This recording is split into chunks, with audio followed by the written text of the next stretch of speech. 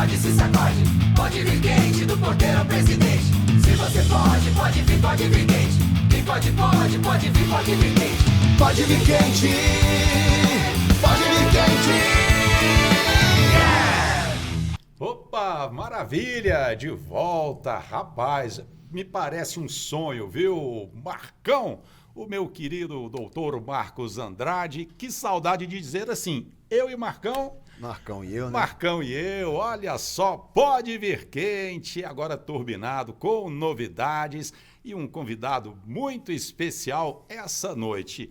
Olha, o nosso convidado, se ele for escrever a biografia dele, só a introdução é mineira, o resto é um caso de amor pelas cidades goianas.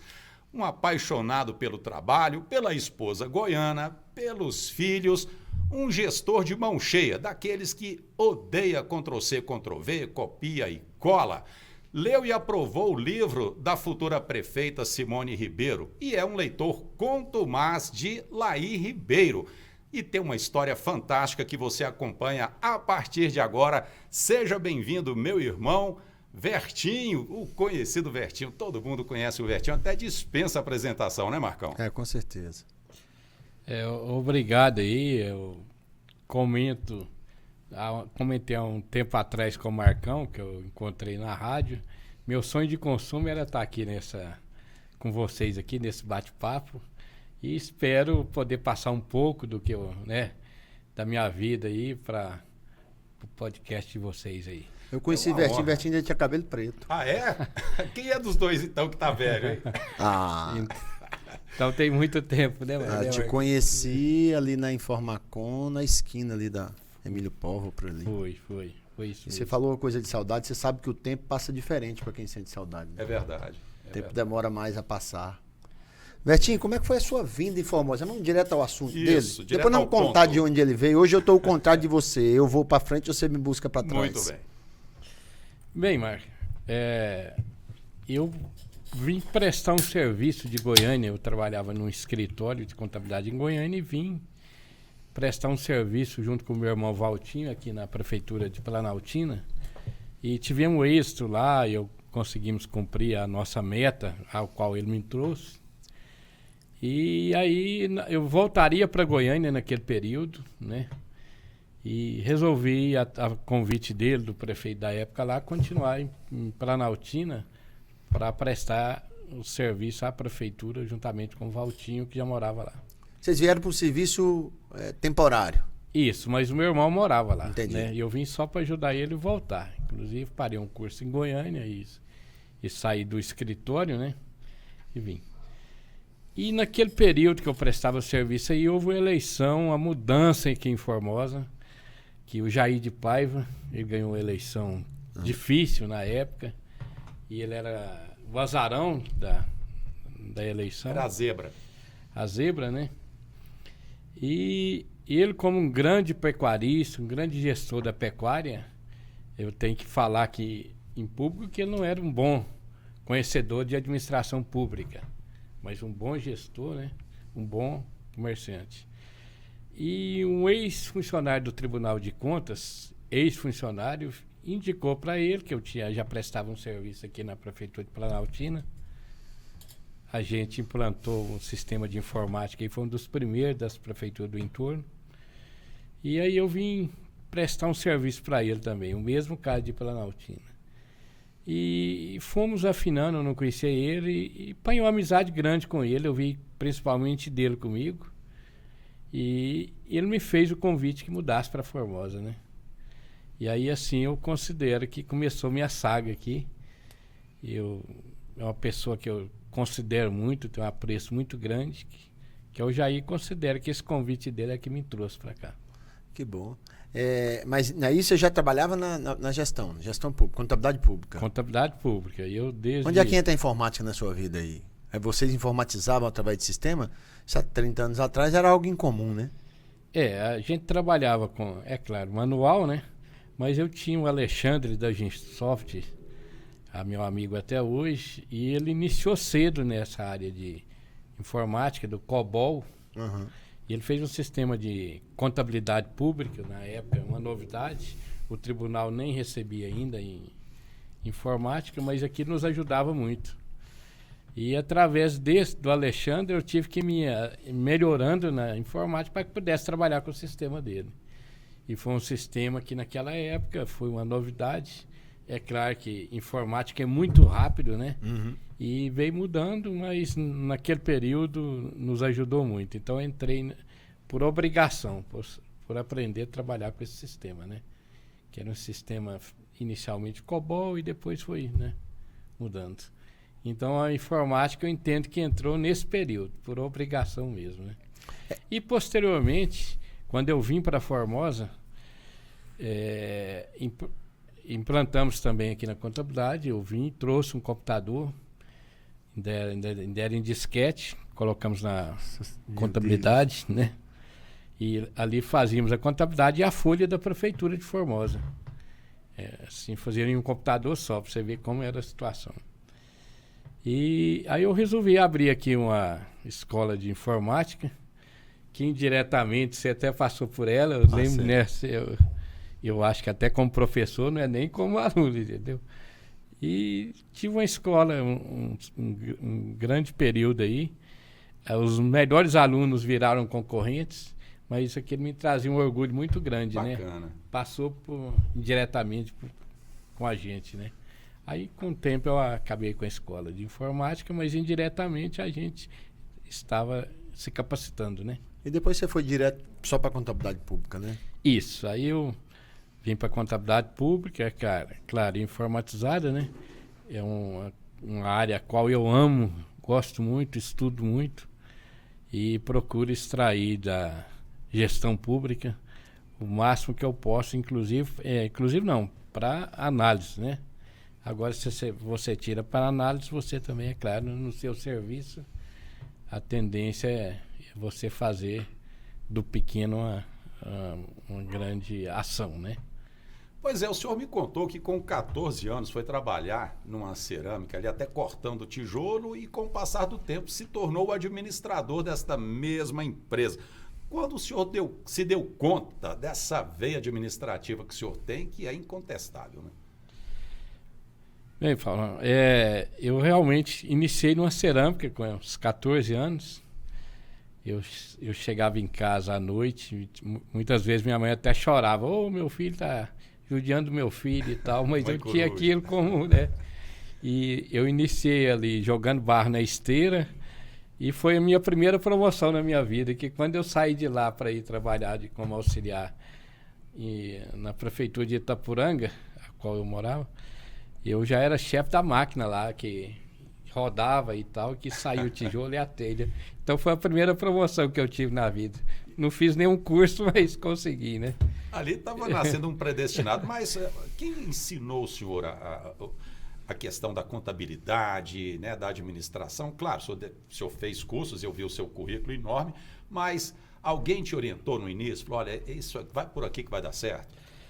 Isso, eu iniciei como auxiliar de contabilidade, auxiliar de escritório ali, sem entender de contabilidade, numa contabilidade da prefeitura de Itapuranga, né?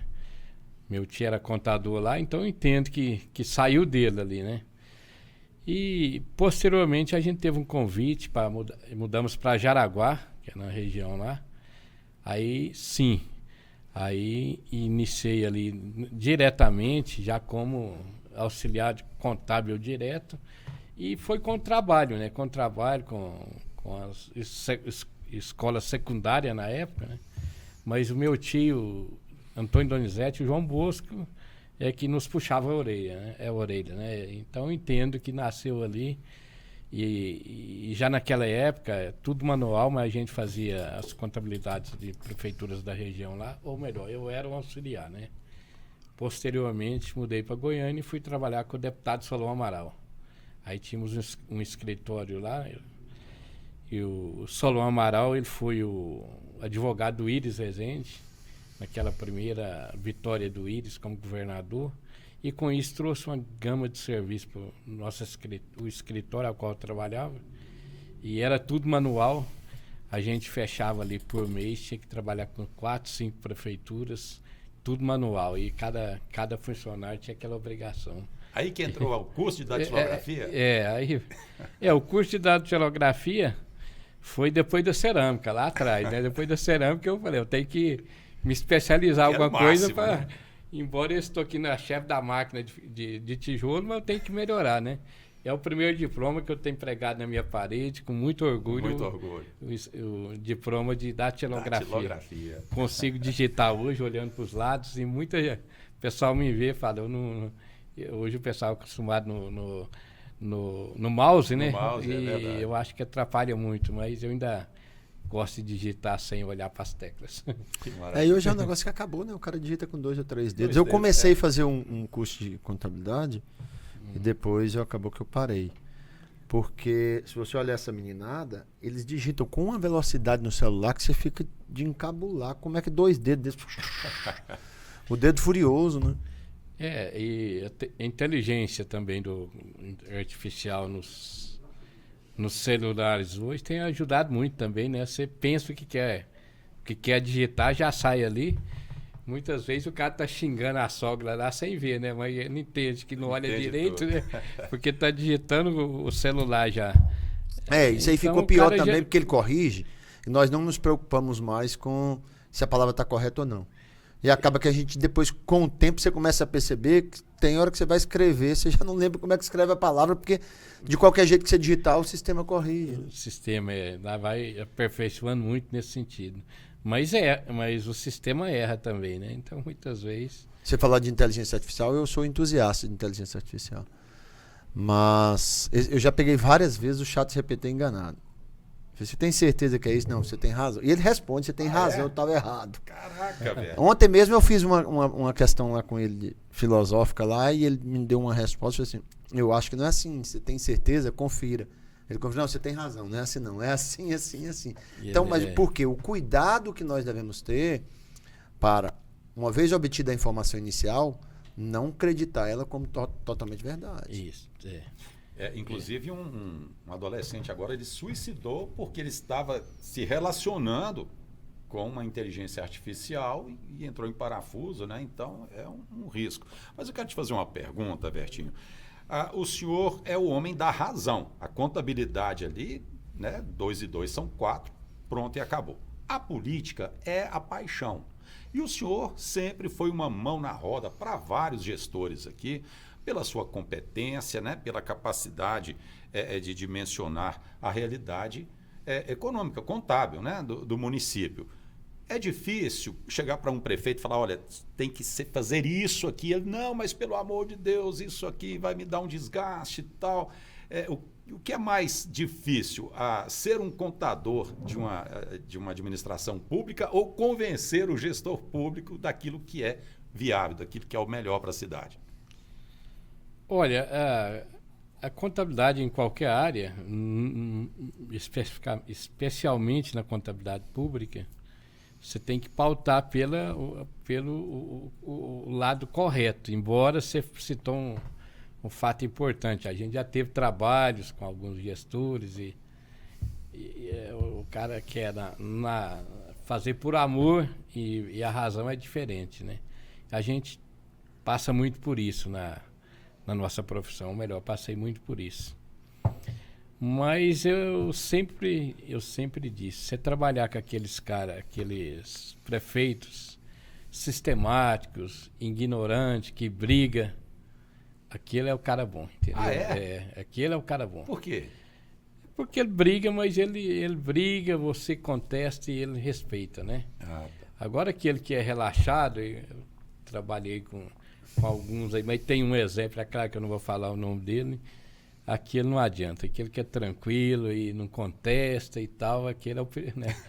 Então eu imaginei que fosse o contrário. Não, mas trabalhei com alguns prefeitos aí que eu, além de poder passar para eles o que a gente entendia ou melhor, entendia não, que via que era o correto, né?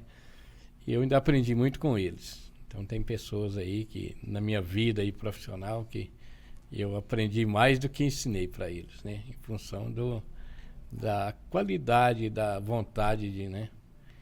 Tem pessoas aí, se eu posso lembrar, se eu posso citar aqui. Pode, sim, à vontade. Né?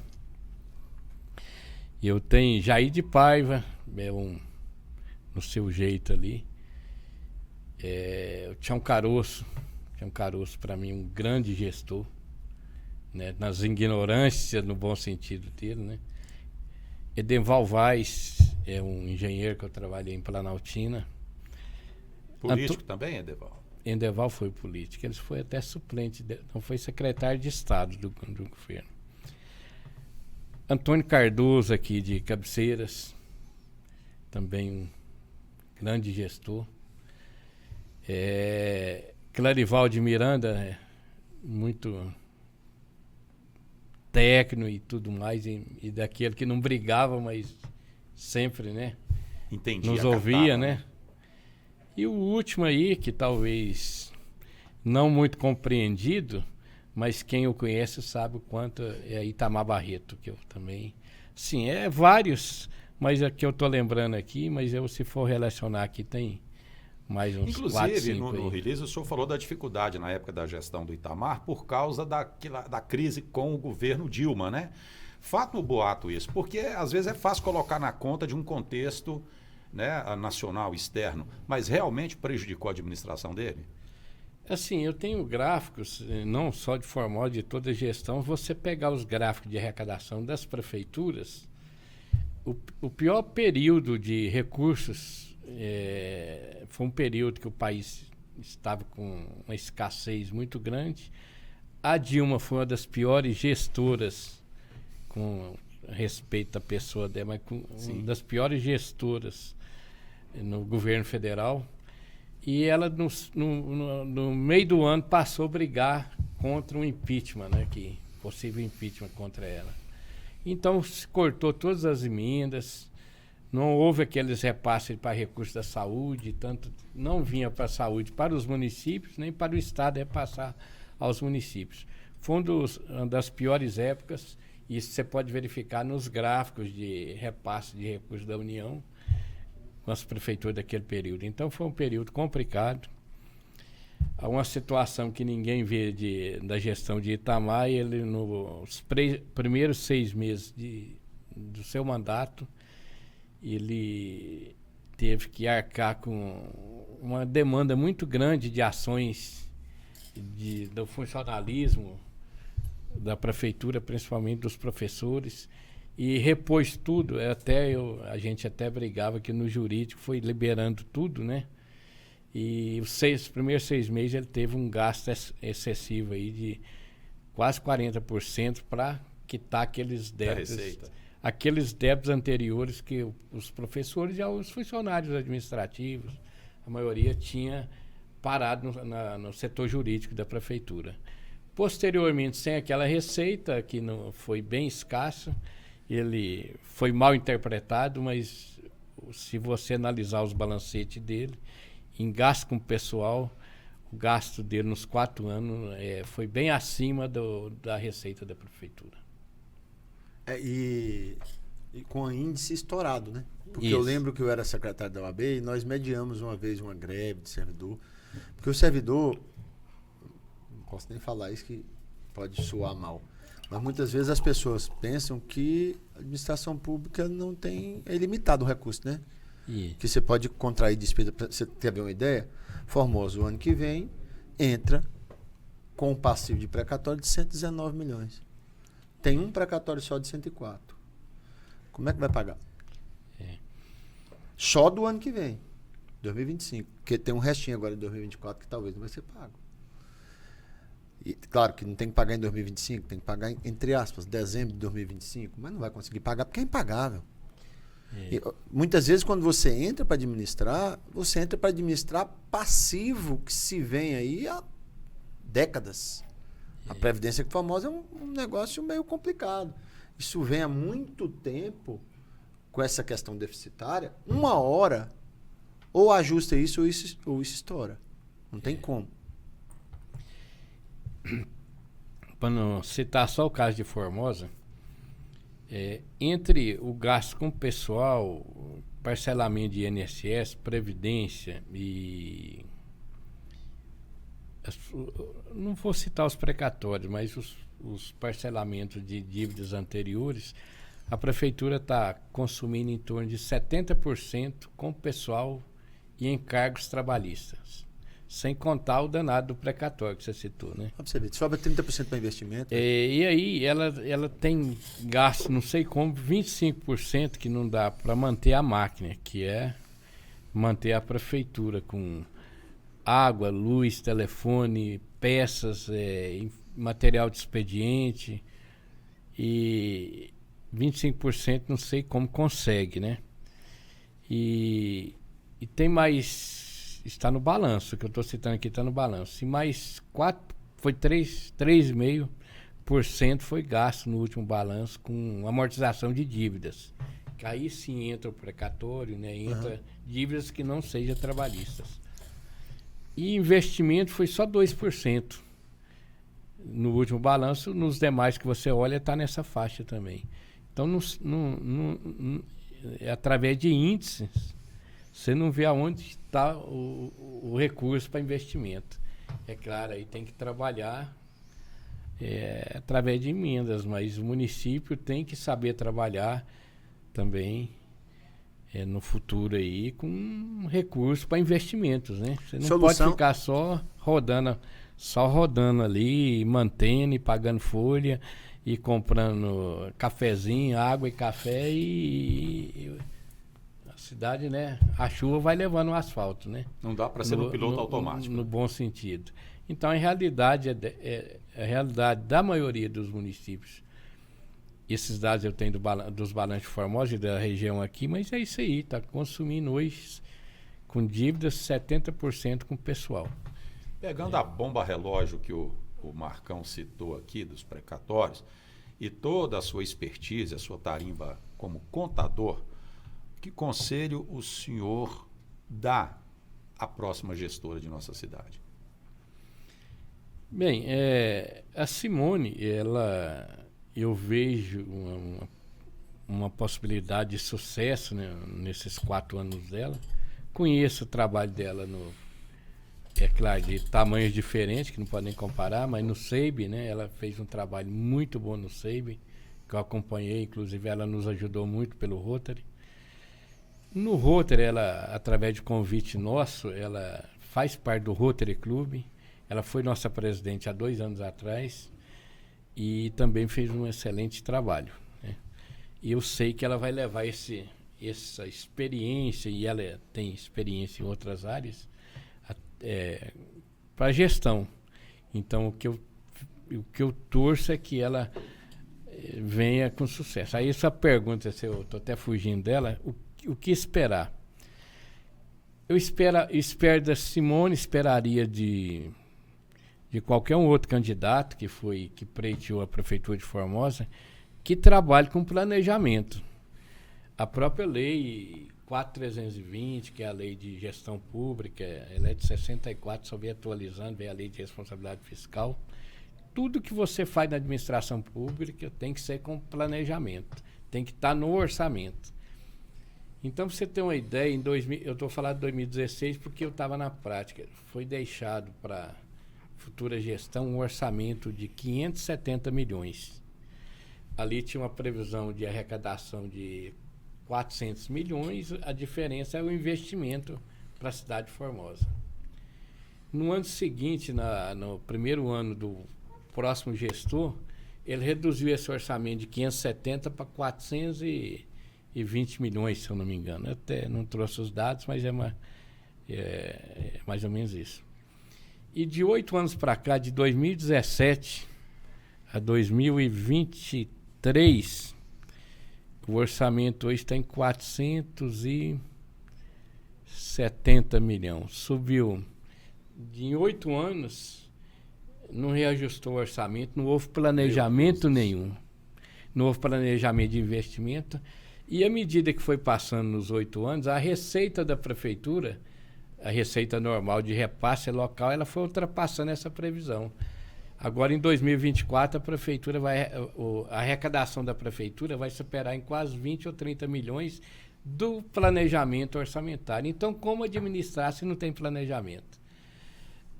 A receita tributária, para citar só ela, para não citar as outras, a receita tributária, todas as receitas do município. planejou lá, se eu não me engano, foi em torno de 30 milhões no planejamento. E arrecadou, foi em torno de 35. Você que arrecadou uns 5 milhões a mais. Então, o município que não tem a capacidade de planejar nem sua receita tributária, né? Então, isso é que eu espero da Simone, que pelo menos planeje, né? E outra, a dívida ativa do município está em 217 milhões. Isso está no balanço, que eu estou falando, está nos balanços, está entregue no tribunal. 217 milhões é o que você não arrecadou, é que o contribuinte deve para o município. Se você, sem receber esse contribuinte, já ultrapassou sua previsão, então aí que furou. E um outro detalhe que eu posso dizer também, se você não tem previsão orçamentária, você não tem saldo de empenho. Você sabe, o empenho é uma duplicata da prefeitura. Uhum. Por exemplo, eu vou passar para o asilo, para o Lar São Vicente, 50 milhões. Eu tenho que ter um empenho ali, ou no mínimo 50 milhões. A hipótese que o empenho tem que ser 100 milhões, né? Ou que seja 100 milhões, passou 50, o saldo orçamentário 50 milhões. Se for 50 zerou. Tem que, no mínimo, ter isso aí. Se você não tem aqui previsão de receita, aqui no papel, você não vai ter saldo orçamentário. E com isso... Você não consegue fazer nada, né? Nesses anos, aí eu vou falar aqui como conselheiro de fiscalização do Conselho de Assistência Social, fui entregue empenhos para o Tribunal de Contas com saldo negativo. Por exemplo, o repasse, eu vou citar uma entidade qualquer aí, repassou 20 milhões para a entidade tal, ou comprou um veículo, vamos por a compra de um veículo. Não tinha saldo orçamentário, o empenho foi negativo para o Tribunal de Contas. E eu falei, mas isso não existe, né? O tribunal não poderia ter recebido. Aí para a gente aprovar o balancete lá o balancete a qual a gente está fiscalizando, nós convidamos o pessoal, a assessoria da prefeitura, que é um pessoal de Goiânia, não tiraram a capacidade deles, e eles vieram justificar, não, nós encaminhamos mesmo, mas o tribunal entendeu que o orçamento, né, não está estimado, a arrecadação está acima da previsão, então não houve problema com o tribunal, ele aprovou as contas, não tem problema, mas a gente vai corrigir isso no ano seguinte. Esse ano seguinte seria esse, não vai ter como, porque vai estourar de novo, né? Mas por pouca coisa foi caçado uma presidente, chama pedalada fiscal, né? Se você não tem saldo orçamentário, você não tem como empenhar a despesa. Rapaz, céu de bronze então, hein, Marcão? Mas aí eu, com todo respeito, a gestão, não estou falando da pessoa do prefeito, acho que vai pela assessoria, aí é onde eu vou no copia e cola, sabe? Que eu detesto. O pessoal das prefeituras hoje trabalha com grandes empresas de Goiânia e o pessoal traz aqui um auxiliar de contabilidade para fazer nas prefeituras as quais eles têm contratos, grandes contratos, e o cara está aqui trabalhando, fazendo o orçamento da prefeitura, ele não conhece nem o Bezerra, nem o JK, nem Santa Rosa. Você imagina planejar um município, né? Então, eles pegam um orçamento aí, copia e cola, muda o nome das prefeituras, não tem previsão nem do que vai arrecadar. Você imagina aonde vai gastar, né? Então, eu realmente, como gosto de administração pública, estudo administração pública, e eu choro isolado aqui. Choro isolado de ver uma situação dessa. Não estou aqui criticando o atual prefeito, mas a sua pergunta eu volto nela. Eu espero ver no futuro que realmente é Simone ou que fosse de qualquer um outro que fosse, né? Que trabalhe pelo menos com planejamento, mas o planejamento não é só, eu vou ter um orçamento acima da minha arrecadação. Você tem que planejar, primeiro planeja o que vai fazer, para depois planejar onde vai buscar recursos. Muito bem. Em Brasília, para você buscar recursos, você tem que provar que você tem no seu orçamento. E Formosa hoje não tem isso aqui, não tem como provar que eu tenho investimento eu preciso de investimento, que eu não planejei dentro do orçamento. Agora deixa eu te Então, fazer uma isso é que eu pergunta. espero. Você falou muito de planejamento. Como que ela não vai planejar? O planejamento é desse ano. Ela já chega com o planejamento pronto. Isso. Não é aprovado esse ano. Ela só vai poder, de fato, colocar a identidade dela no ano de 2026. Que ela aprova em 2025, né? O orçamento da próxima da Simone é o que está sendo aprovado agora, em dezembro, na Câmara. Isso. Então ele foi previsto nesse copia e cola também. Eu já tenho ele comigo, já estudei. Ele vai realmente estourar a arrecadação dele lá para novembro, dezembro. Ela vai trabalhar com esse orçamento enxuto também. Vai ter que estar, é claro, pedindo suplementação à Câmara, né? E o planejamento dela mesma, ela só vai poder fazer no PPA, que é o Plano de Investimentos, que é para 4 anos. Ela vai fazer esse PPA, que é entregue em agosto de 2025 na Câmara. Aí ela, sim, pode planejar os 4 anos dela, que é 3 anos mais o próximo ano, né? Mas ela vai ser refém já do orçamento, está sendo aprovado agora, final do ano, agora na Câmara. Você falou uma coisa, eu participei da Câmara, fui advogado da Câmara, né? Você chega lá com esses planos que vai para ser aprovado, você chega lá um calhamaço de documento, o vereador não sabe nem o que está escrito ali, sabe nem, por mais que tenha as comissões temáticas ou não, deveria ter também, de certa forma, uma equipe técnica bem eficiente para poder, de repente, a Câmara poderia até ajustar isso, não poderia, Bertinho? Ela pode devolver a Câmara, que eu tenho que dar uma palmatória, a gente trabalha junto com os vereadores também, mas as câmaras municipais, elas devem criar ali um órgão técnico de análise técnica mesmo, como você disse, e voltar para a prefeitura. Isso aqui está errado, aqui eu acho que você tem que porque melhorar. a Câmara não tem o poder de aumentar a previsão de receita, nem aumentar a previsão de despesa. Claro. Mas ela pode devolver para o Executivo. Eu não quero assim, eu quero que, né? Eu quero que corrija aqui, né? E mostrar ali o que está certo e o que está errado, né?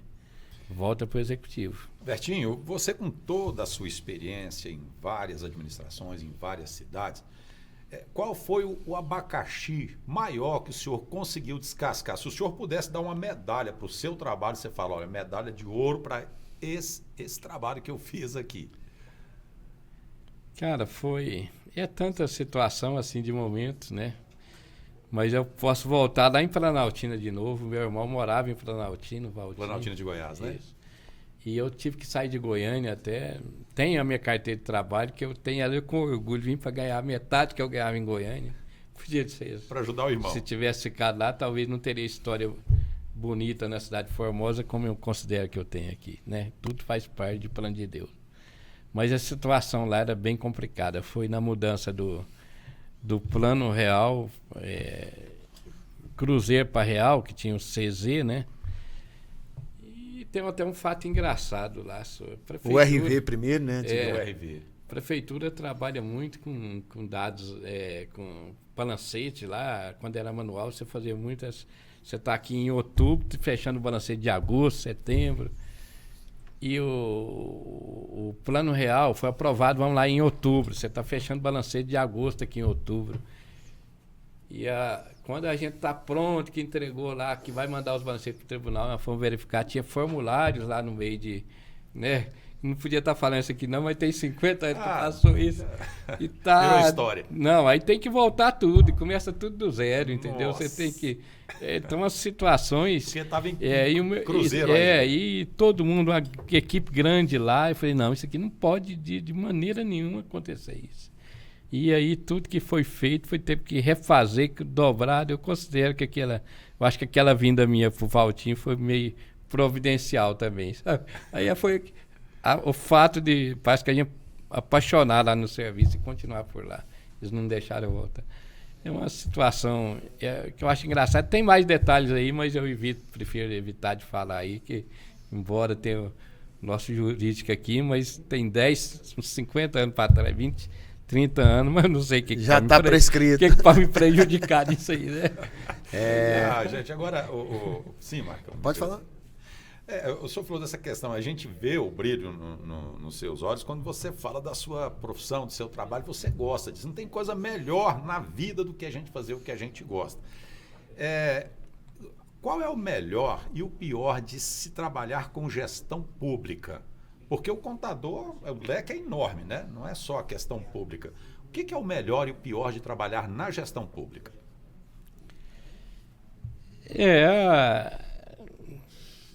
Primeiro até que você citou aí, Laí Ribeiro fala muito isso. Se você gosta do que faz, né? Embora isso é bem... 50% você já vai acertar, né? Bacana. Eu, pelo menos, trabalho no que eu gosto. Mas a administração pública o que eu mais, assim, a gente se dói muito a administração pública, essa troca sem continuidade, né? Um exemplo, tinha que ter um planejamento, né? Exatamente. Tinha que ter aí eu volto um planejamento bem feito aqui para no passado aí da prefeitura, que tivesse, no ano tal, nós vamos construir um centro de convenção em tal, um setor tal, no ano tal nós vamos pavimentar para todo o distrito de Santa Rosa e tudo mais. Você estava trabalhando em cima de um planejamento, né? E para fazer isso ano a ano, eu vou precisar disso, deu recurso tal e recurso tal.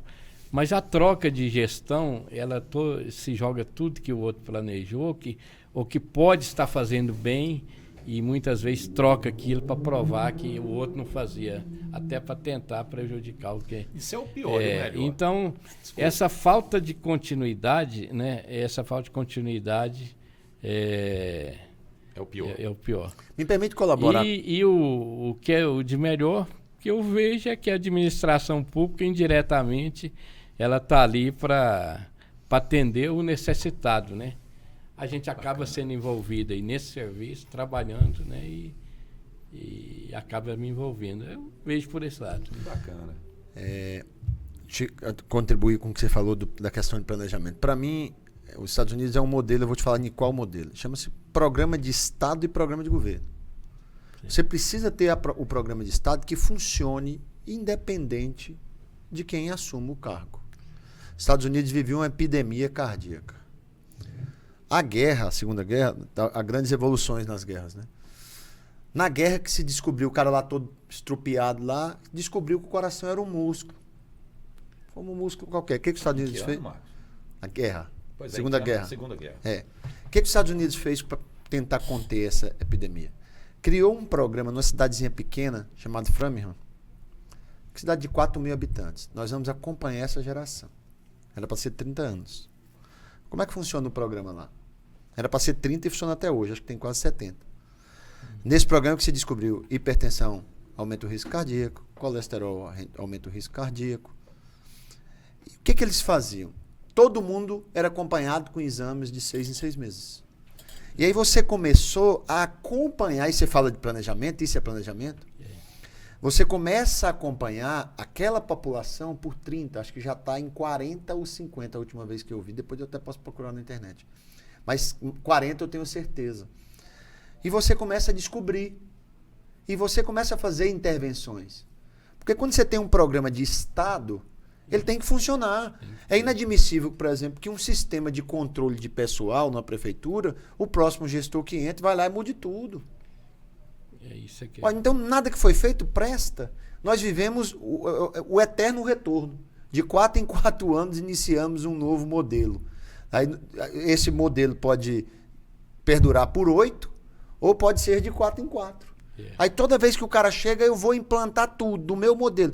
Deve ter algo que é a raiz, a base de tudo, que não deve independer de gestores. Porque senão a gente vive refém. E não é um privilégio de Formosa. Acho que da maioria dos municípios. Talvez uma cidade de São Paulo tenha uma estrutura um pouco diferente. Mas esses municípios pequenos vivem isso mesmo que o Bertinho falou. Aí chega um outro contador com outro pensamento, com a outra maneira de enxergar a contabilidade pública, a administração pública, implementa tudo de novo, igual você falou, você deu um exemplo aí, na época de vocês fizeram lá o orçamento de 500 e poucos milhões, aí o outro já mudou para 400 e pouco e mantém esse orçamento reduzido aí desde então. Por causa de uma mudança de equipe técnica. Foi. O planejamento até nisso, para que eu possa ter ações independente de atuação política.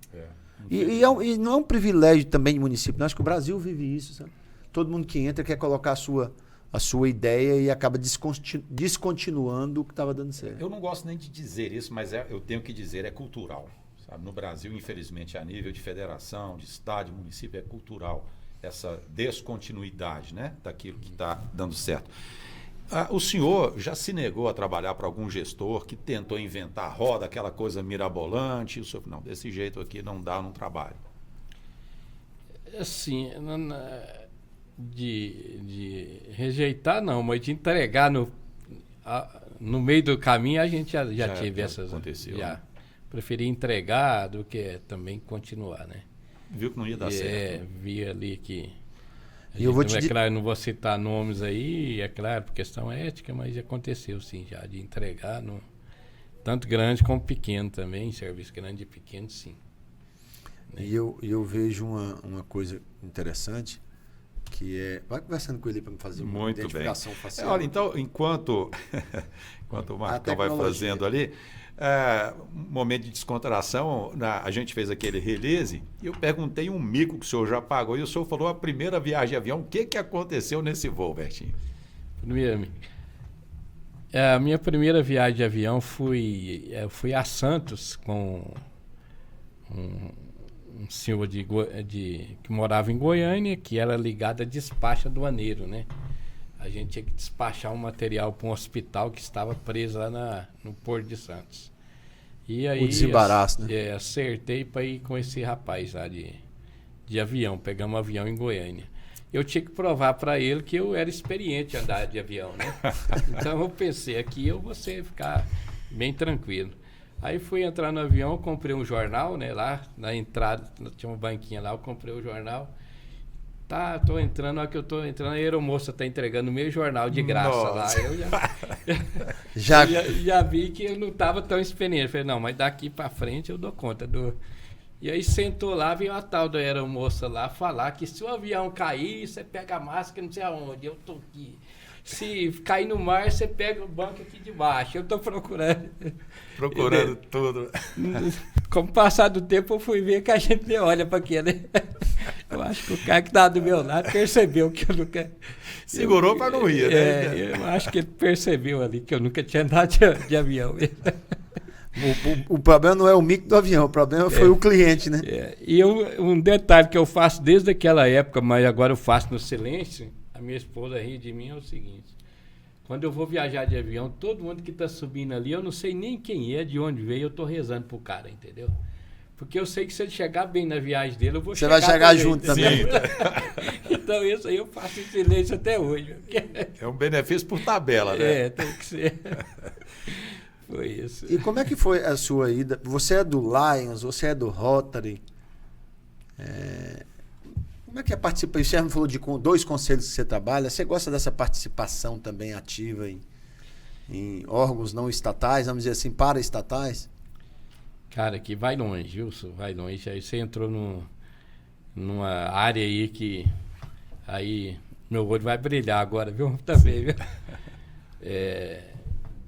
Eu acho que eu vou seguindo aí O Rotary, eu aprendi, eu conheci, sou do Rotary, né? Lions é quase igual a... você não não, é Rotary. Você é rotariano.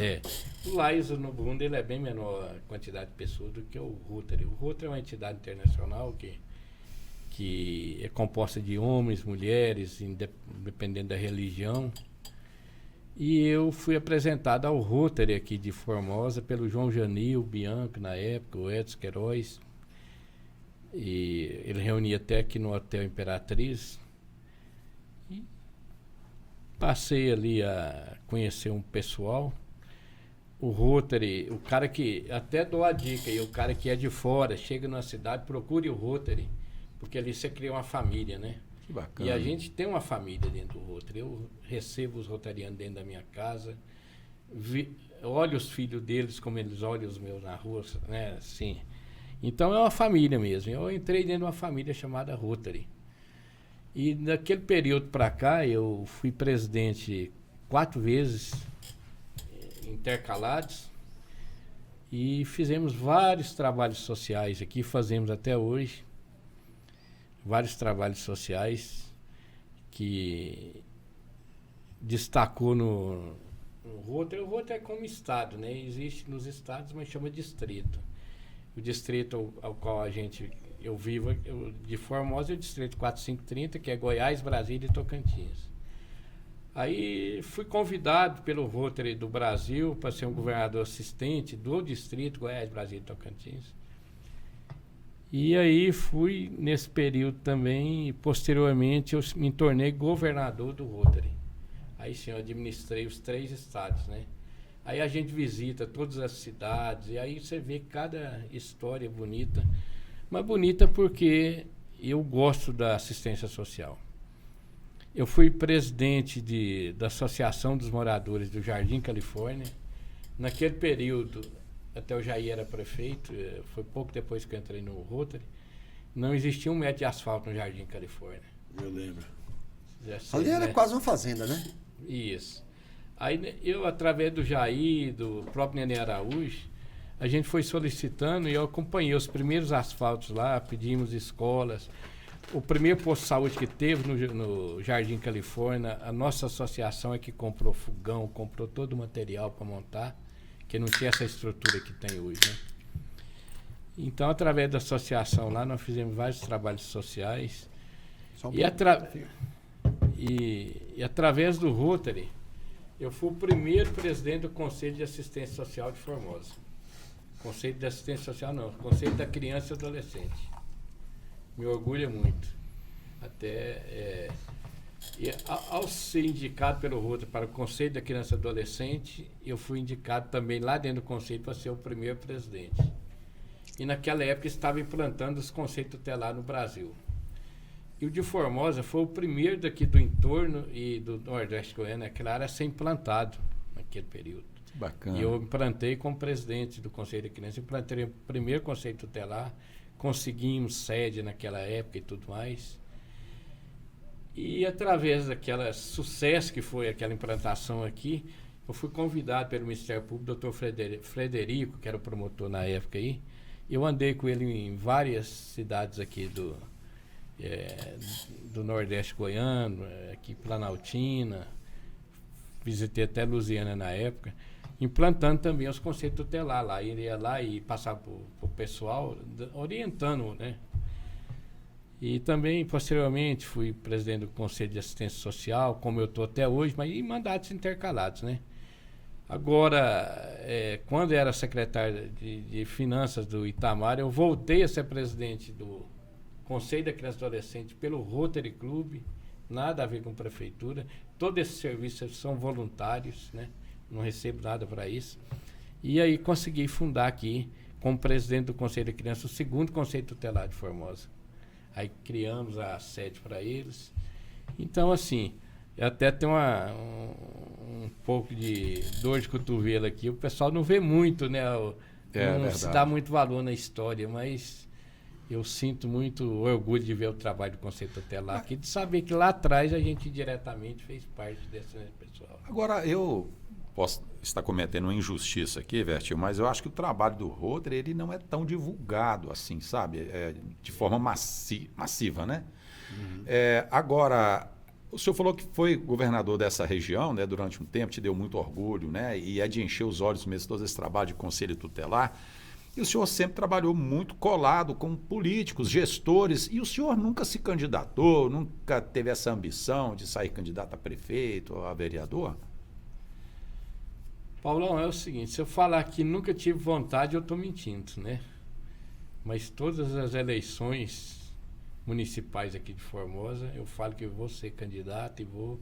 Depois eu acabo não saindo e lá na frente eu agradeço a Deus de não ter me livrado, entendeu? Inclusive, o senhor disse que não teve uma experiência muito boa com a presidência de partido, né? E essa vontade de fazer parte, ser ou um possível candidato a prefeito, ou até vice, eu até acho que o sistema é muito bruto, prefeito seria difícil, mas vice seria mais fácil. Eu tive uma promessa do presidente do regional, do partido, no PDT, e assumi um partido aí.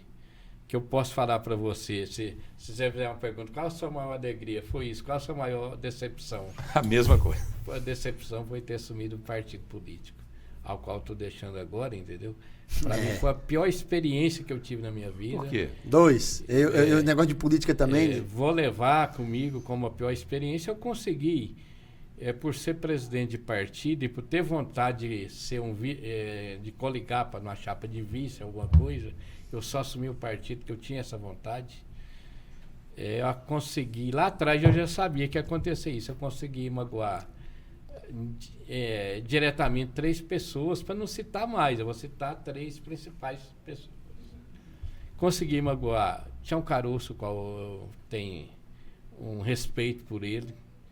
Foi um grande gestor, trabalhei 8 anos com ele, foi, né, uma sintonia muito boa. Consegui magoar Itamar Barreto. Itamar Barreto é um irmão que eu tenho. Itamar saiu muito desgastado da Prefeitura de Formosa. Nós criamos um grupo e não deixamos ele sozinho. Eu estava ali à frente, estou até hoje. E procure lá, eu já ouvi isso de vários amigos dele. Eu nunca pedi R$1 para ele. Eu fui lá para talvez aproveitar do poder financeiro dele, né? Então isso aí me deixou muito chateado. E outra que eu nem falo, que Simone é do Rotary. Eu fiz um convite a ela, né? Embora eu já conversei com os 2, menos com o Tião ainda. Eu vou conversar, né? Mesmo que ele brigue comigo. Mas conseguir magoar os 3 para mim foi muito ruim, muito chato, muito ruim mesmo. Não haveria necessidade. Então, um dos arrependimentos é esse. Simone... Eu tenho até... Estou falando muito em Simone aqui, eu acho que ela... algum amigo dela vai ouvir e vai falar. Mas estamos falando de Simone porque a atual prefeita está uma esperança muito grande, mas essa entrevista deixar claro que já estava lá atrás. Claro, né? Claro. Não estou aqui falando política, mas a Simone eu tenho assim, um orgulho de ouvir muito dela e eu tenho isso aqui, guardo com todo carinho a Simone... Quando ela entrou, no pouco tempo que estava no Rotary, não era nem presidente ainda. Ela foi no meu escritório com o marido dela. E segundo ela, isso eu ouvi dela. Bertinho, eu amo esse hoje Deus, ela é muito... Até uma das vantagens que eu vejo, ela é muito temente a Deus e eu acho que isso aí ajudou muito ela nessa eleição. Ela chegou no meu escritório, Deus pediu para que eu viesse aqui falar com você hoje. E era o marido dela. E nós sentamos no meu escritório e ela... penso, mas sei com a vontade de vou ou não vou de ser candidata a vereadora. O que você me fala? Vim aqui para te ouvir, me pedir para... né? E o que eu passei, o que eu tinha de passar, passei para ela. Vi que ela, é claro, pela capacidade dela, ela se ganhasse como ganhou, ela teria destaque, né? Você vai ter muita decepção, vai ter muita decepção nesse caminho, mas você tem condição de superar e tal. Algumas situações, é claro, uma conversa longa não tem como eu explicar tudo que foi falado. Mas eu já ouvi dela posteriormente, nas nossas reuniões, ela citar isso aí, me orgulha muito, né? Bacana. Então, assim, eu cheguei nesse assunto aí para falar a questão da decepção. Então, para que eu fui, né? Bertinho. Com partido político, eu teria que tomar um caminho. Fui para o lado de amigos que eu tinha, entendeu? Também a delegada Fernanda, também vejo como uma pessoa com grande futuro político e tudo mais. Algumas situações lá que eu não interferi em nada, mas no meu particular, as decepções que fica comigo mesmo. Eu penso cá comigo o seguinte, tanto os nomes que o senhor citou, são 3 gigantes na política em Formosa aqui, políticos tarimbados. E numa eleição, você só tem um candidato. Na eleição, você vai ter que escolher alguém. E o senhor tem amigo em todo canto, em toda legenda, em todo partido. Se eles não compreenderem isso, eles vão se apequenar. Não é? O bom político, ele sabe que aquilo ali é um período eleitoral, do qual todo mundo vai, né, procurar ali apoiar e fazer oposição. Né? E conhecendo o senhor, né, o quanto que o senhor gosta de contribuir. Né? Então, eu acho que essa preocupação do senhor, como amigo, né, como aquela pessoa que consegue tecer boas amizades, é um sofrimento. Agora, politicamente, não. Se eles não entenderem ali, tá na hora de pendurar chuteiro. Eu vou dar um depoimento também aqui, que eu trabalhei com o Vertinho esses 45 dias, nós nos aproximando. O Vertinho era um cavalheiro, né? Um lorde, um sujeito pacificador. Tem uma música que fala que toda forma de poder é uma forma de morrer por nada. Por nada. A política, ela te mostra o melhor e o pior das pessoas, Paulo. Para mim, foi uma surpresa, assim. Todo psicanalista, psicólogo, ele tinha que participar de uma campanha política. Ele tinha que estar numa campanha política. Ali que as vaidades se afloram. Ali que o impotente com vontade de potência se mostra mais claro. Porque o cara busca um poderzinho, aquela síndrome do pequeno poder. E as relações parece que elas ficam não em segundo plano, ficam em último plano. O sujeito é capaz de te trair, o sujeito é capaz de te sacanear. E para quem não está acostumado, eu acho que o Vertinho deve ter tido a mesma surpresa que eu tive, que foi a primeira vez que eu fui e provavelmente é a última.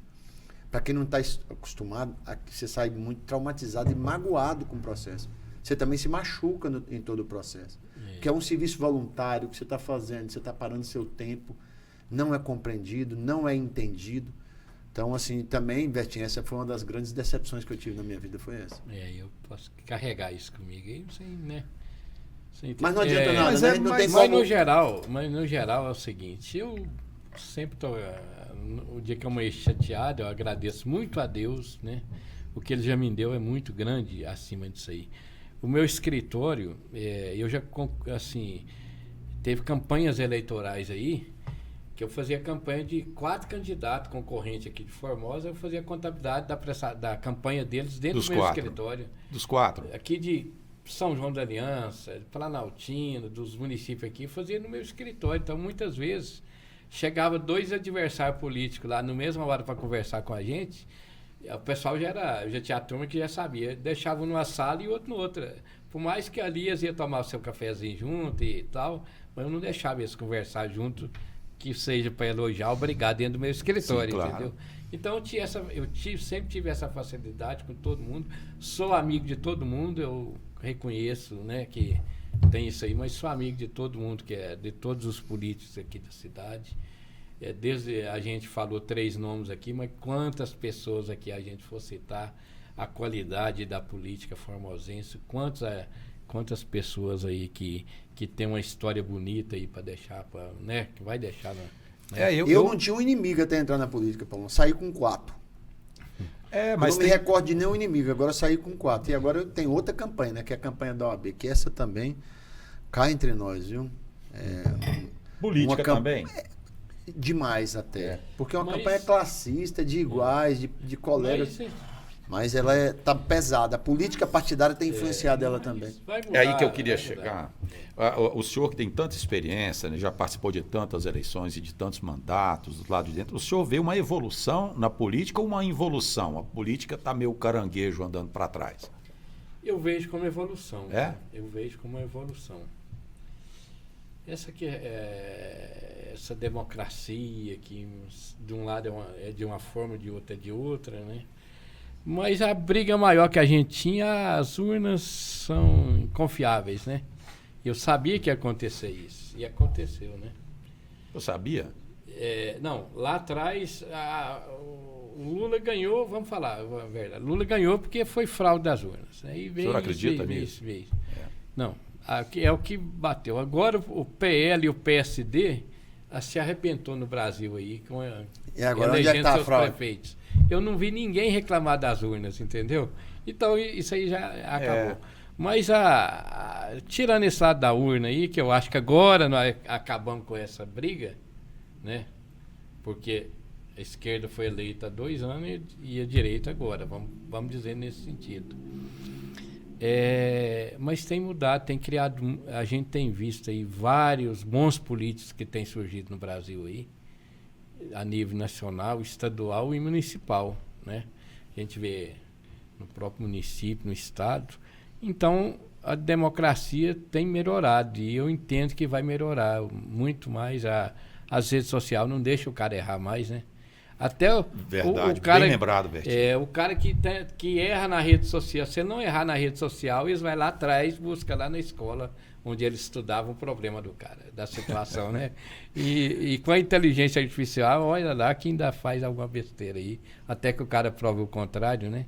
E aí onde você vê virtude, eu vejo o grande problema. Para mim, a rede social, ela vai acabar com a política. Você sabe por quê? Porque o julgamento popular, Bertinho, ele é cruel. O julgamento popular, ele é cruel, sem contraditórios, sem ampla defesa. Imediatista, né? De imediato. Eu disse num episódio que ocorreu comigo recentemente, eu falei para uma pessoa, a verdade ela é filha do tempo, não é da autoridade. E a rede social é um tribunal inquisitorial. Você não tem direito de defesa. E ela simplesmente acaba com você. E acabou. Amanhã ou depois você prova o contrário. Você disse, uma pessoa decente igual a seu Itamar Barreto. Podem falar o que quiser de seu Itamar Barreto, menos da decência. Não tem o que falar. Pode falar que ele foi um mau gestor? Pode, mas decência não. Ele passou por tanto processo depois da política que até isso foi questionado sobre ele. Eu me lembro de uma cena que eu não esqueço. No final do mandato do Itamar, eu atendia na... Abre o vinho para ele aí, Paulo? Não, tá aberto aqui. Pois é. Vai fazer desfeita com o meu vinho. Eu vou fazer uma crítica aqui, depois um vinho para enfeitar aqui. Eu acho que foi. Olha O jeito que eu adoro vinho, eu não aguentei não. Vou tomar uma tacinha, viu? Não, gente, olha, mas eu ainda perguntei pro senhor, fala e amarga direitinho. Como eu não estou bebendo aqui, eu falei, gente, o pessoal está fazendo desfeita com o meu vinho aqui. Não, né? desfeita. Mas, Marcos, eu me lembro, no final da gestão do Itamar, eu trabalhava na clínica corpórea aqui. E ele entrou. Ele estava, assim, debilitado, sabe? Certo. Assim, porque a política, ela parece uma máquina de moer gente, sabe? Então, quanto mais humano é a pessoa, mais ele vai sentir o impacto da política. Agora, por outro lado, aí é para a opinião de vocês, uma coisa que eu admiro no político com P maiúsculo, tá? É a inteligência emocional dele. É uma pessoa equilibrada, ele sabe que ele vai ser criticado, ele sabe que ele está na berlinda. Mesmo assim, ele tem aquela resiliência daquela pessoa que hoje criticou ele. Lê do engano. Lê do engano. Por quê, Marcão? Lê do engano. Convivi com muitos deles, nenhum suporta. A dor é a mesma. É mesmo. É só a aparência que é diferente. Ontem mesmo eu conversei com uma pessoa de um episódio que aconteceu. Eu fui prestar, acho que você sabe quem é. Até eu estava nesse episódio. Fui prestar minha solidariedade e o cara não dormiu de noite, chefe. Tarimbado. Caraca, mas velho. Muita. A dor é a mesma, Paulo. A crítica, quando ela é... Primeiro, lidar com crítica é difícil. A destrutiva é pior ainda. Ninguém lida bem com isso, não tem maturidade. Você acha que um Lula tem maturidade? Não tem. Você falou uma coisa tão séria, Marcos, que eu me lembro um tempo atrás, um ex-prefeito do Rio de Janeiro, ele foi flagrado saindo de um consultório de psicanálise. Rapaz, mas acabaram com a raça dele. Entendeu? Um despreparado, uma pessoa que frequenta um consultório, né, psiquiátrico ou psicanalítico. Olha para você ver a estupidez, porque o Marcos citou uma coisa interessante, porque para o político é extremamente importante a questão aparente. Né? É importante que a pessoa tenha essa apresentação pública, por assim dizer. Imagina você topa com um prefeito com a cara fechada, triste, nervoso. Claro que ele tem que vender simpatia, não é? Ele é um vendedor. Eu costumo dizer que todos nós somos vendedores. A gente está vendendo um produto. Eu como professor, o Marcão como advogado, o senhor como contador, nós temos um produto. Agora, o político, ele vende vários produtos, inclusive a simpatia, né? Verdade. Não deve ser fácil, né? Então, política sem chance é mais. Mas a gente, eletivamente, claro, né? indiretamente, eu quero continuar na minha área aí. É claro, meus meninos estão à frente agora, mas a gente gosta de estar ali cobrando serviço e gosta de estar... Anota aí, daqui 2 anos ele está envolvido em política também. Deixa eu te falar, eu posso te contar um mico que eu paguei aqui?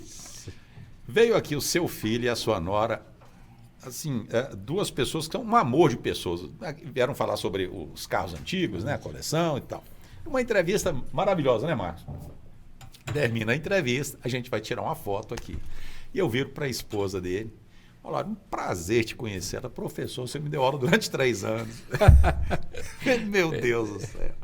Que desculpa que você vai dar na hora dessa. Mas isso acontece muito a miúde comigo, sabe? Bertinho? Porque já passaram acho que 10 mil alunos aí, né? Não tem nem como. E assim, e esse pessoal vai ficando cada dia mais bonito. Talvez ela fosse uma adolescente na época, né? E já era uma moça, uma senhora já.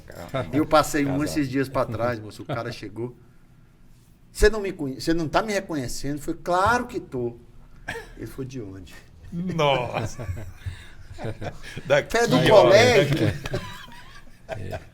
Aqui do coração. Tinha um político aqui famoso, que eu não vou citar o nome dele, que ele tinha assim, quando o pessoal chegava lá para pedir as coisas, tudo, e ele, a pessoa, você não está lembrado? Os óculos, esqueci os óculos, aqui eu não estou enxergando mais nada. Tinha o óculos, né? Mas isso aí acontece mesmo, isso aí acontece. Deixa eu fazer uma pergunta. Já que o Paulão falou de máquina de moer reputações, a gente tem percebido nos últimos tempos, eu vou te dar uma experiência da parte da advocacia. O advogado que ele participa da administração pública, de alguma forma, há por parte das autoridades, principalmente Ministério Público e Poder Judiciário, uma certa ressalva, quase que criminalizando a própria profissão em si. Eu já vi advogado respondendo pelo fato de ter dado um parecer. O parecer é simplesmente opinativo. E se você perguntar uma questão no direito, eu te dou 3 respostas. As 3 estão dentro da sua ciência e consciência, são verdades. Então, o advogado emite um parecer opinativo com base nas informações que ele tem, com base no conhecimento que ele tem. Esse parecer, de repente, pode encontrar alguém que contraria. É comum até no judiciário. Você sai daqui condenado, você chega em Goiânia reverte. Ou o contrário também é verdadeiro. E a advocacia, a contabilidade também está vivendo isso? Ou não? Você acha que a contabilidade ainda passa despercebido? Tipo, numa tentativa de te imputar também responsabilidade pelo gestor. A contabilidade, no passado, eu entendo que ela foi muito prejudicada nesse sentido. Mas o Conselho Federal de Contabilidade, ele puxou uma briga grande aí através dos tribunais, iniciou nos tribunais de fiscalização, os contadores uniram.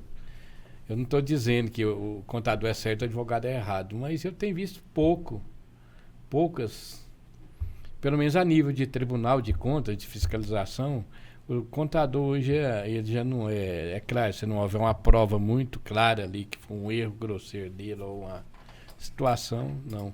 Mas você pode ter certeza que, no geral, se o cliente está sendo investigado por alguma situação, indiretamente a gente é visto com olhos diferentes também, né? Claro, é analisado de outra forma, você não fica 100% isento de um pensamento maldoso e tudo mais, até de redes sociais, que você acabou de dizer, né? Talvez uma situação maldosa, né? E às vezes é cruel, né? É isso que eu estou dizendo de rede social. Ela é tão injusto que às vezes você não tem participação nenhuma daquilo. Ao contrário, você só fez seu trabalho dentro da técnica, orientou de acordo com o que você achava que era o correto, com base na sua técnica, e ser criticado lá na frente, que eu acho que é o seguinte, o cara que coloca o nome ao cargo público, Paulo, ele tem que estar suscetível a isso. Claro. Agora, ele que é um contador, eu que sou um advogado, que não coloquei meu nome na cara pública para concorrer, eu não posso receber esse tipo de julgamento e de crítica, salvo se houver, de fato, uma prova contundente. Né? Verdade. Uma outra característica, para mim, do político, porque a política é uma forma de existir muito interessante, porque é o lugar de fala, né, onde você tem voz. O político, ele está sempre, todo mundo interessado em saber o que ele tem para dizer e tal. Mas uma coisa que eu acredito que o senhor já sofreu muito na pele é a inveja. Por quê? Porque só existe um contador ali, só existe aquele secretário que está à frente das finanças ali. Então eu acredito que isso, né, esse empoderamento que o senhor passa a ter trabalhando numa gestão, ele é vítima de muita inveja, de muita gente que criticar sempre foi muito fácil, né? Criticar é uma coisa... que é quase um esporte para o invejoso, né? O senhor já sofreu com isso na pele? Já, muito. Sofri muito, principalmente quando eu comecei eu saí um pouco da minha área contábil para assumir a Secretaria de Finanças, aí eu vi o quanto é doído toda essa sua pergunta aí, né? Quanta inveja, ou inveja não vou dizer inveja, eu acho que ninguém teria inveja de mim, mas enquanto existe maldade, né? Maldade. Contra talvez a situação que você vai ver lá na frente, essa maldade foi feita lá atrás. Vi muito isso aí. Inclusive, situações de decepção, Mas de pessoas que você falou, essa é, aqui jamais, né? Mas eu posso citar um exemplozinho aí das minhas decepções que eu tive, Sim. mas que eu tenho que trazer e como eu fiz do partido político, eu trouxe na época também nesse sentido. Eu me orgulhou muito, 4 meses depois que eu saí, entreguei a Secretaria de Finanças com Itamar Barreto, saiu um jornal aí, eu tenho até ele guardado lá, não sei aonde tá, mas se forçar eu acho, um jornal na cidade com o nome dos 8 possíveis candidatos a deputado de Formosa. E minha foto e meu nome tava lá junto com o Tião, com meio mundo de gente ali, entendeu? Aquilo ali já foi um julgamento que já me deixou tranquilo, né? Que eu estava numa pasta onde eu poderia ser taxado como um grande ladrão, que é isso, que é aquilo, que mexia com dinheiro e tudo mais. Isso eu ouvi na rua aí, né? Uhum. E na cidade falando do meu nome para candidatura a deputado. Aí Formosa passou um período aí, tá até hoje, mas teve um período que tinha ação do Ministério Público, Polícia Federal e tudo mais na prefeitura, depois que a gente saiu, é claro, uns 6 meses, 1 ano depois que a gente saiu, já na outra gestão. Então alguns faziam piada, logo vai vir alguma do Itamar, Barreto, isso, aquilo, que graças a Deus não teve nenhuma. O que Itamar respondeu na justiça foi denúncias infundadas.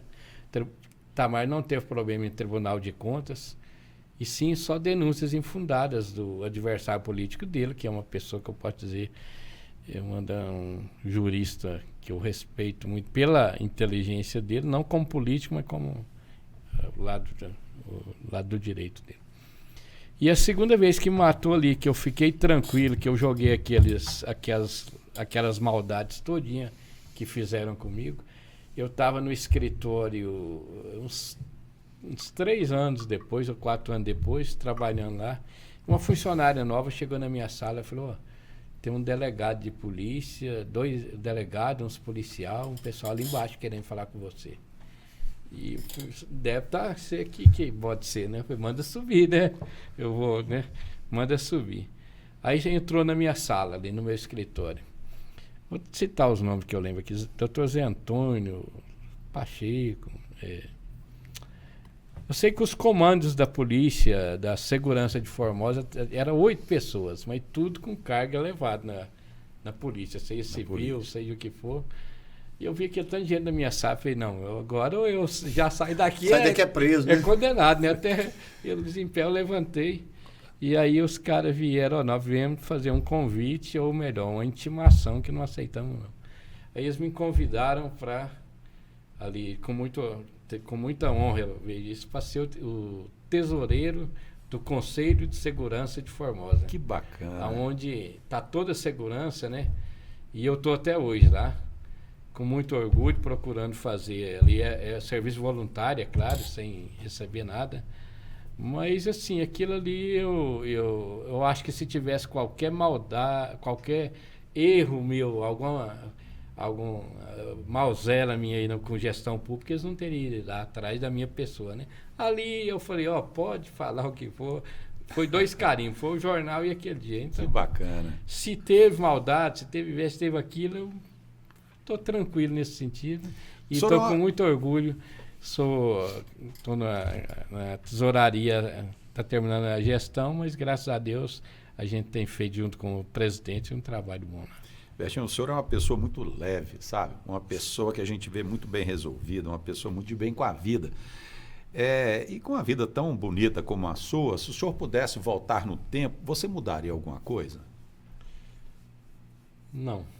100%? Não mudaria. Isso é uma pessoa realizada, viu? Eu viria de Goiânia para ganhar metade que eu ganhava, como eu falei lá atrás, novamente. Faria para Planaltina de Goiás. Para Brasilinha, né?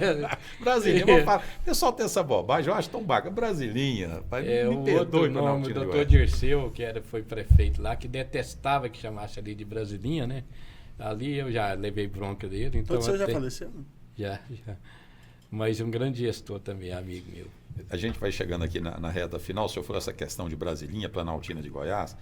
Essa coisa mimizenta chega em tal ponto que eu conheci pessoas de Planaltina de Goiás que não aceitavam falar Planaltina de Goiás, tinha que falar só Planaltina, porque Planaltina DF, para eles, é mestre de armas.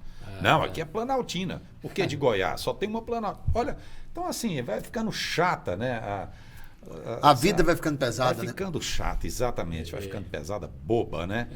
Mas um prazer enorme, viu, Vertinha, a sua presença aqui, sabe? O senhor superou a expectativa. Essa é a minha opinião, viu, Marcão? Eu também. Tá vendo como não é só na saudade que o tempo passa diferente? Não é verdade. Quando o papo é bom também, o tempo passa muito rápido. Eu assim, estou cumprindo aqui um sonho, como que eu citei lá? Um sonho de consumo, né? Estar aqui sendo entrevistado por vocês. O prazer é aqui. todo nosso. É claro que a gente tem muitas histórias aí, eu acho que a gente, né, tem uma próxima oportunidade, Com né? certeza. Mas fiquei muito honrado aí de Você entrou para nossa história também, Vertinho. de estar com vocês aí, né? E assim, eu realmente amo Formosa, amo o povo daqui, né? Gosto muito da região, gosto da culinária goiana, entendeu, né? Do pequi com quiabo, porque lá na sua terra faltou açafrão, né? Eu sou considerado fake news aqui, porque lá no Itamar Barreto, quando tá cozinhando lá, eu vou lá e tirar foto e tal. Já me convidaram para fazer festas aí e tudo mais, como se... Mas você fosse o cozinheiro, né? Como se fosse, mas eu gosto realmente. E a confraria lá de Itamar, acabou não? Acabou não, começa quinta-feira agora novamente. Eu acho que eu nem vou esperar a coisa esfriar um pouco e tal, né? Agora tá muito inflamada. Nada, política, bons amigos sempre. Né? Isso Mas aí. começa quinta de novo com a inauguração de uma cozinha caipira que ele fez lá. Maravilha. Tá aí o recado, Itamar. Olha, a gente quer conhecer essa cozinha caipira. Eu quero que o senhor encerre. O senhor citou uma frase muito bacana, né? Para o senhor ela tem muito significado. Eu vou deixar o senhor aqui com as suas considerações finais e uma frase marcante para o senhor. Olha, volto a falar, agradecido aí pelo convite, né? A palavra que eu posso dizer é ouvir, falar pouco e agir em silêncio. Maravilha. É o que eu posso. Isso é uma frase bíblica, Eu né? queria aprender Melhor isso. ouvir do que falar, né? Ouvir. Maravilha. A gente, como comunicador, tem dificuldade com isso, né, Marcos? Meu sonho era esse também. Até porque falam, né, que numericamente a gente tem 2 ouvidos e uma boca, né? Significa que ouvir teria que ser a nossa maior missão, né? Mas muito agradecido aí de vocês, agradecido aí pelo vinho aí. Parabéns né? Porque pena que eu peguei no final aqui. Não, mas o senhor vai levar, essa é do senhor, viu? Porque a minha falta de educação aqui, de não ter servido o senhor logo no início, e tem um presente para o senhor também, que é de coração, tá? Que é a nossa caneca. A caneca não é a caneca do Paulão. É, do Jô. Essa aqui, se for lá no escritório amanhã, já vai ver ela lá. Bacana, que honra, viu? Pode. Essa é a caneca é essa aqui. Essa mesmo, né? Essa aí. Agora o senhor vai levar uma Justamente novinha, dessa. zero bala. Obrigado aí. Então, gente, olha, muitíssimo obrigado pelo carinho de todos vocês que nos acompanharam. Valeu a pena, né? Promessa, dívida aqui. Eu, particularmente, já coloco o Vertinho aqui no hall das melhores entrevistas. Semana que vem tem Melhor mais. vinho servido por último? Muito bem lembrado, né? Muito bem lembrado. Isso é especialidade de Jesus Cristo, né? O vinho bom vem por último. E a gente fica por aqui até semana que vem. Beijo no coração. Marcão, até semana que vem. Até semana que vem.